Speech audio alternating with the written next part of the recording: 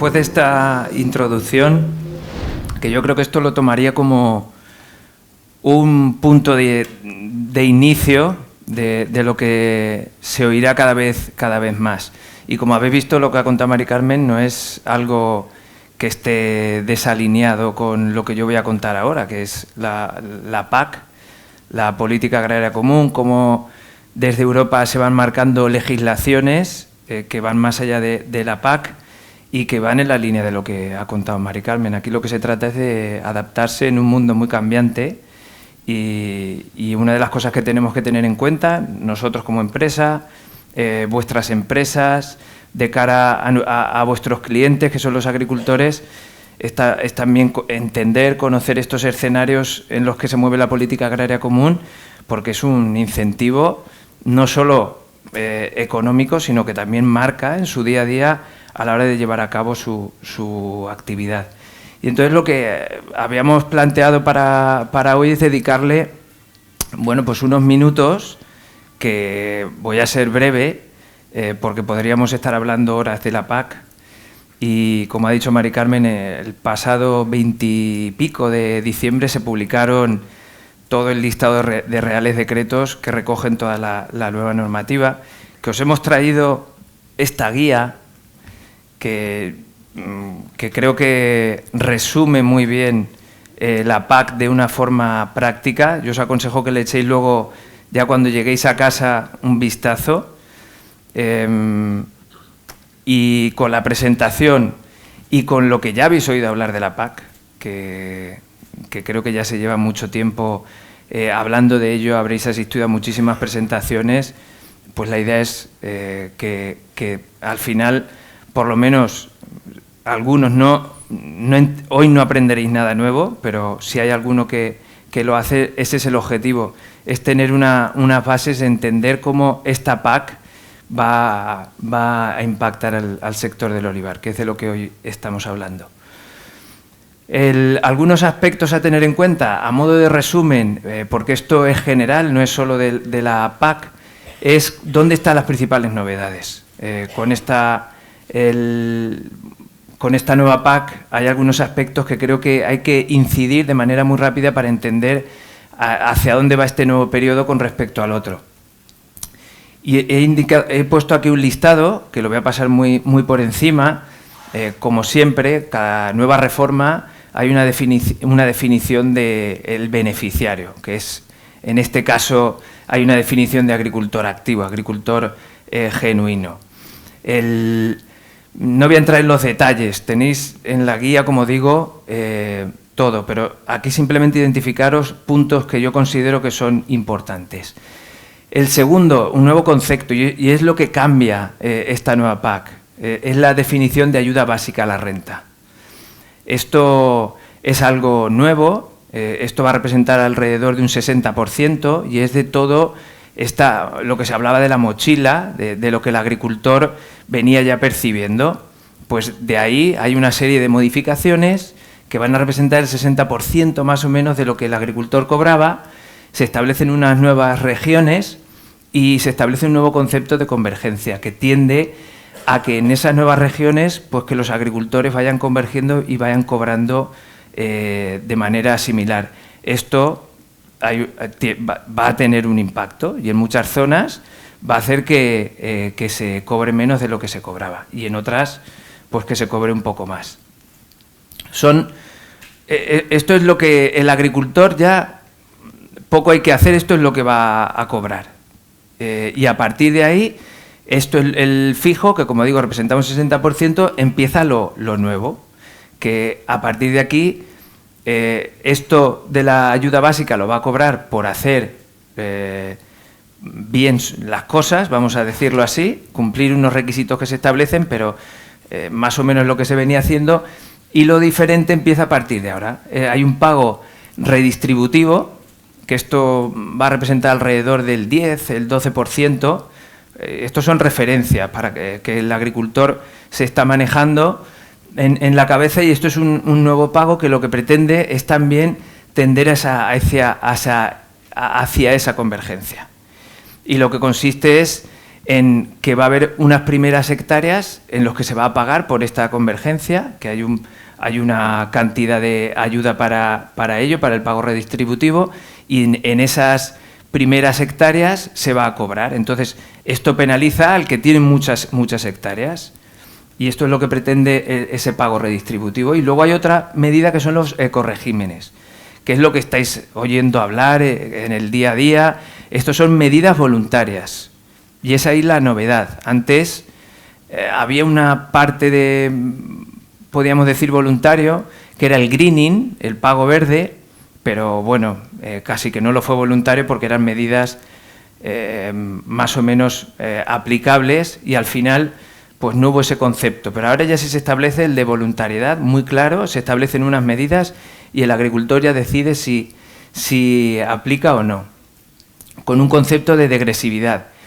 Que esto viene establecido porque al ser voluntario es difícil establecer un presupuesto y hay un presupuesto a los ecoregímenes de unos 1.100 millones de euros al año. Entonces, como hay un presupuesto que se tiene que pasar a Europa y no se sabe cuántos agricultores se van a beneficiar de esas ayudas, pues se establece el concepto de degresividad. Si muchos agricultores se apuntan a una medida, no va a haber dinero para todos. Entonces, esa referencia que os voy a dar ahora de lo que se va a cobrar por hectárea, pues a lo mejor es menos si se apuntan muchos, a partir de ciertas hectáreas. Pero esto es...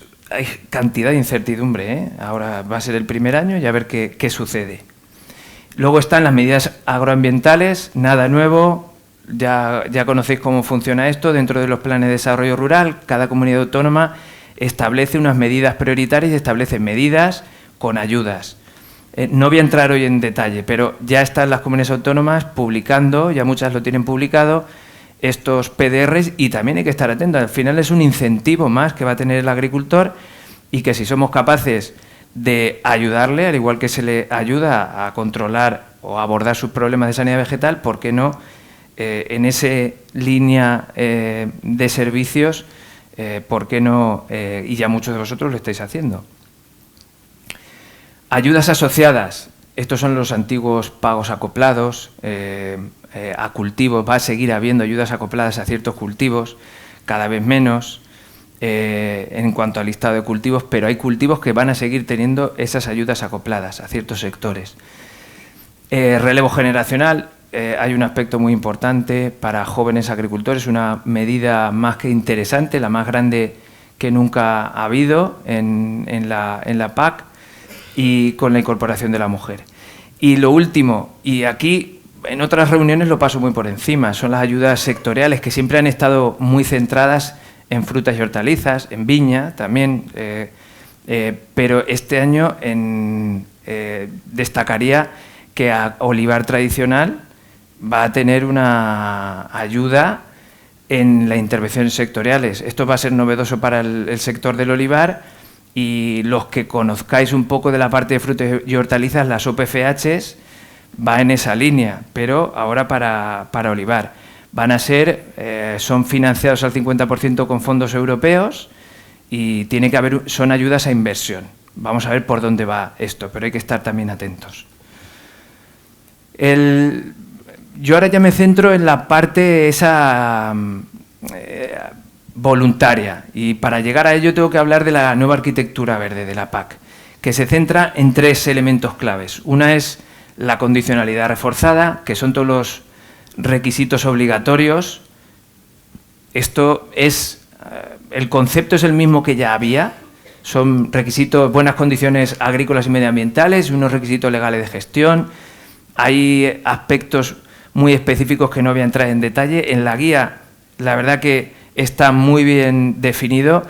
Esto aplica mucho más a toda la parte de extensivos, también aplican muchas de las medidas de las buenas condiciones agrícolas y medioambientales a los leñosos, como es el caso de la reunión de hoy. Y luego de los requisitos legales de gestión, pues hay toda la legislación que viene de Europa, de la Directiva Uso Sostenible, la Directiva Nitratos y una serie más de legislación que el agricultor tiene que aplicar ya por sí, y que la PAC lo único que viene es a condicionar el pago. Si a ti te pillan incumpliendo, el agricultor tendrá retribuida esa retribución. Y el tema que quizás es el novedoso, los ecoregímenes. Esto es un tema nuevo para la PAC, nuevo para los agricultores, y ha sido el debate, yo creo, de los últimos meses. Esto va a representar más o menos, para que os hagáis una idea, y dependiendo del impacto del pago básico, hacia dónde cambie por región, pues puede representar a casi un 30% si te comparas con las ayudas anteriores. O sea que aquí el que decida estar o no, al ser voluntario, puede tener un impacto en la renta del agricultor. ¿Y en qué consisten estos ecoregímenes? Pues en medidas que establece el Estado miembro relacionadas con ciertas áreas de atención que la Comisión dice en las que hay que poner el esfuerzo, y cada Estado miembro establece unas medidas específicas que si las cumples, las cobras. Y estas medidas pues van en diferentes ámbitos. Algunos temas a tener en cuenta que van a ser prácticas anuales. Cuando se habla de medio ambiente, siempre lo lógico es ir a medio largo. Bueno, creo que también tiene su lógica cuando hay un cambio profundo hacerlo poco a poco, y van a ser medidas anuales. El agricultor puede elegir varias prácticas, pero solo va a cobrar por uno, porque eso siempre suele ser una pregunta casual. Otra cosa que cambia, porque sabéis que en la PAC hay muchas regiones, en función de las regiones se cobra una cosa u otra. Aquí para los ecoregímenes, un agricultor de olivar de Córdoba cobrará lo mismo que uno de olivar de Albacete, que soy yo de Albacete. Para cobrar ecoregímenes hay que tener ayuda básica, y esto está mal ya, porque ahora os he preparado una de las cosas nuevas. Todo esto es del debate que hubo previo a la publicación definitiva, y este era uno de los aspectos que ahora cambia. Ahora no hay que tener un derecho básico para cobrar ecoesquemas. O sea, hay muchos sectores en los que no tienen derechos básicos, pues ese va a poder tener la oportunidad de pegarle un bocado a las ayudas que vienen de la política agraria común. Y vamos a entrar ya en materia. ¿En qué consisten estos ecoesquemas? Y voy a ir un poco rápido porque si no me voy a pasar de tiempo.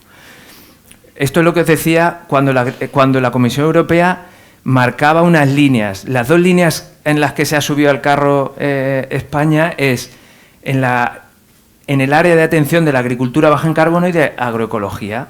Y de ahí ha elegido diferentes alternativas que va a ofrecer a los agricultores.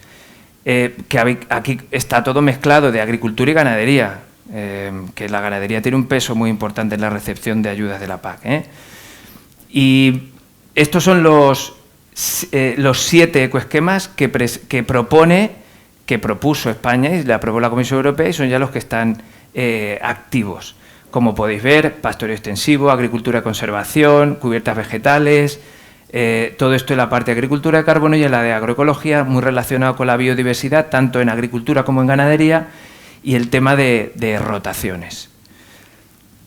Yo le doy una vuelta a esa propuesta para que la entendamos a nuestro día a día, a la parte agraria. Y entonces la clasifica en diferentes formas. Aquí podéis ver esto que está muy relacionada con la ganadería, esto que está muy relacionada con extensivos, y entonces... Y estos dos últimos grupos son los que a nosotros nos interesan aquí en esta reunión. Uno, que son la parte de biodiversidad, que aplica tanto a cultivos herbáceos como a perennes, y la parte de cubiertas vegetales, que está única y exclusivamente para leñosos. Entonces tenemos un ecoesquema, 2 y 3, el 5, 6 y el 7. Y ahora entraremos en algún detalle, pero lo que siempre se fija uno lo primero, ¿de qué estamos hablando? De dinero, de estos ecoesquemas, por hacer estas medidas. Pues aquí veis qué significa en términos monetarios, y siempre teniendo en cuenta lo que os he explicado de la degresividad. Los agricultores esto lo tienen que tener como una referencia, pero es bueno saber por dónde se está moviendo. De biodiversidad, el ecoesquema, que ahora os daré los detalles. ¿En qué se transforma eso en dinero? Pues en 56 euros por hectárea. Ahora explicaremos qué hay que hacer para que un agricultor consiga esos 56 euros por hectárea. En el tema de las cubiertas, pues aquí se han establecido 3 rangos en función de las pendientes. Hay un rango que es donde no hay apenas pendientes, se van a recibir 61 euros por hectárea. Donde haya entre el 5 y el 10%, 114 euros por hectárea, y allá donde haya una mayor pendiente del 10%, 165 euros por hectárea. ¿Y qué significa esto de un ecorégimen de biodiversidad? Que es el que habéis visto, uno de los que aplica tanto a extensivos como a leñosos. Bueno, voy a pasar a daros algunos detalles, pero seguro que surgen dudas. Y repito, está la guía, pero yo también voy a estar por aquí y cualquier pregunta me podéis hacer. Aquí está un poco la clave. ¿Qué significa establecer espacios de biodiversidad? Aquí tenéis la descripción. Es establecer esos espacios, son considerados. ¿Qué son esos espacios? Pues elementos del paisaje. Hay un grupo que en esos elementos del paisaje está metido muchísimas cosas, desde los muretes, las charcas, incluso la casa que había antigua, las lindes. Todo eso está considerado como elementos del paisaje, y en el SICPAC lo van a meter como un recinto especial para facilitar la contabilización de esto. Luego hay otra opción de espacio de biodiversidad, que es el barbecho semillado. Ya venía en la PAC antigua este concepto de barbecho semillado. Hay otro concepto que es la zona de no cosechado. Y todo eso, como veis, estos dos últimos, pues es muy de extensivos. Y ya si nos centramos en lo que aquí pueda haber, los márgenes e islas de biodiversidad, es el elemento clave, con los elementos del paisaje, que va a depender mucho de la explotación que tú tengas. Y es aquí donde juega un papel importante, pues el trabajo que venimos haciendo con Operación Polinizador, que todos conocéis de manera muy clara. Y hemos influido al Ministerio en algo que ya tenía en su estrategia, pues hemos estado trabajando de manera conjunta para definir qué es eso de los márgenes y cómo contabilizarlo. Y en cultivos permanentes, ¿qué es lo que hay que hacer de esos espacios? Pues dedicar un 4% de la superficie. Si tú en un 4%, entre esto y esto, ocupas un 4%, tú ya podrías cobrar la cantidad que os he dicho antes. Pero con un aspecto que hay que tener en cuenta, es que se aplican unos coeficientes. Y aquí tenéis los coeficientes. ¿Esto de los coeficientes qué quiere decir? Pues que en función de la práctica que aquí hemos descrito, pues va a valer más o menos. Va a tener más impacto en la biodiversidad o va a tener menos. Y como veis, de los que sale ganando es el de los márgenes de biodiversidad. ¿Qué quiere decir? Que si un agricultor opta por establecer márgenes de biodiversidad, Operación Polinizador, por ejemplo, no va a tener que establecer un 4%, es un 2%. En eso consiste un factor. Las tierras de barbecho de biodiversidad pues multiplican por 1,5, la de los márgenes por 2. En eso consisten los factores. Me voy ahora al otro ecoesquema que va a ser clave en olivar. Es el de las cubiertas vegetales. Y aquí se habla de dos tipos de cubiertas vegetales, unas cubiertas vivas y otras cubiertas inertes. ¿En qué consiste la cubierta viva? Pues puede ser de dos tipos, o sembrada o de la mala hierba que tenga el agricultor. Nosotros, como sabéis, hemos defendido las cubiertas vivas no solo por el tener acceso a esta ayuda, sino por los beneficios que ello pueda aportar al agricultor. Beneficios y evitar problemas. Son los dos aspectos. Tampoco voy a entrar hoy, no es el día, y ya vosotros yo creo que Mis compañeros os han contado sobre la campaña de cubiertas vegetales. Ahora me centro en qué significa esto.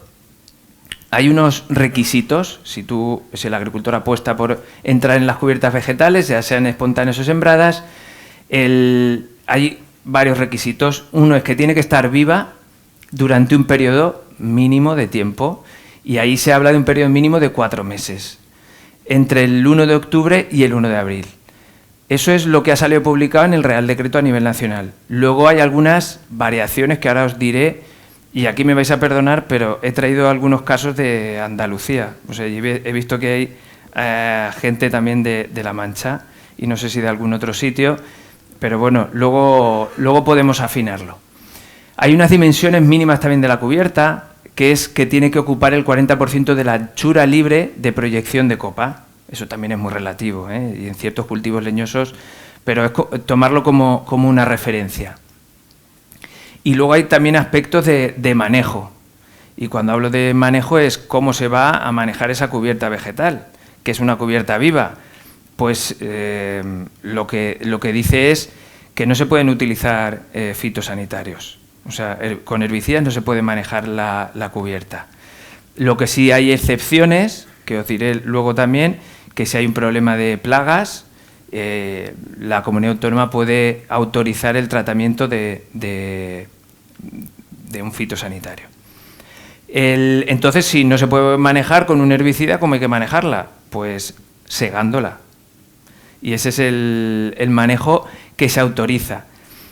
El debate ha sido largo, duro, con el tema de las cubiertas. Sabéis que tenemos un problema aquí de escasez de agua en esta parte de Europa y bueno, pues el tema de competencia con agua ha sido un debate muy recurrente, y al final el labrar ha entrado el debate. ¿Se puede labrar? ¿Se puede no labrar? Y al final han dejado una excepción que ahora os entraré también en detalle. La inerte, ¿qué quiere decir esto de una cubierta inerte? Pues los restos de poda. El picar los restos de poda y dejarlos como una cubierta. Condiciones muy similares a la que os he comentado, de anchura y condiciones de manejo. También muchísimo debate sobre esto, no voy a entrar en ello hoy. Y aquí, aunque veis mucha letra, no le hagáis demasiado caso. Me he querido centrar, ya sabemos más o menos las líneas generales, y con esto yo acabaría. Pero como esto se publicó en diciembre, y luego las comunidades autónomas han publicado algo como excepciones, quería traer aquí algunos casos. Un cambio nuevo que os he dicho, que no es necesario tener derechos para aplicar los ecoesquemas. Un aspecto que ha sido publicado en diciembre y era todo, durante la negociación, era la contraria. En el ecorégimen de cubiertas vegetales, importante, Andalucía establece una excepción en el periodo. Y va muy relacionado a todo el tema de la sequía. Para este año ha extendido el periodo, lo ha cambiado del 15 de enero al 15 de marzo. Ese es el requisito que había. Ya, por ejemplo, ya no llegaríamos. Pero también os digo que hay una intención de no poner mano dura con esto, porque hay muchísimas dudas de si va a haber éxito o no. Y el no éxito de los ecoregímenes no es solo que el agricultor no perciba, sino que se queda ahí un dinero, y aunque parezca mentira, se puede convertir en un problema si no se gasta el dinero. Porque en la antigua PAC, dinero que no gastabas, dinero que te dejaban para redireccionarlo a otras políticas. Esto, por primera vez, es nuevo. Dinero que no gastes se devuelve a la Unión Europea. Y entonces hay en el periodo hasta 2027, pero si a 2027 lo que no se ha gastado se devuelve. Entonces también va a haber capacidad de reacción por parte de las autoridades que puedan hacer cambios al año que viene. Labores superficiales, con esto voy a acabar, que es otro del debate que os he dicho ahora. Se permiten labores superficiales poco profundas, que no produzcan una modificación de la estructura del suelo. Vamos a ver esto en lo que se queda. pero la idea es que se siga quedando parte de la cubierta viva en la superficie. Y bueno, otro punto importante es que se tendrá que recoger en el cuaderno del campo cuando siembras la cubierta, cuando la siegas, lo mismo para lo mismo para el mantenimiento. Y de los espacios de biodiversidad, los cambios, que es un aspecto muy importante, pero que no nos aplica a la parte de olivar, pero sí a la parte de extensivos, es que se puede combinar con las buenas condiciones agrarias y medioambientales 8, que es la de dejar, la de fomentar la biodiversidad de manera general, lo que obligaba a lo de los barbechos, a tierras sin cultivo, que con lo de la guerra de Ucrania se estaba posponiendo, pero esto es un aspecto importante. El que haga biodiversidad no va a tener que hacer eso. Y ya está. Muchísimas gracias. Me he pasado de tiempo, soy consciente, son muchos temas, y simplemente deciros que muchas respuestas están en la guía. Echarle un vistazo, que creo que os va a resolver o a contestar a muchas de las preguntas. Muchísimas gracias.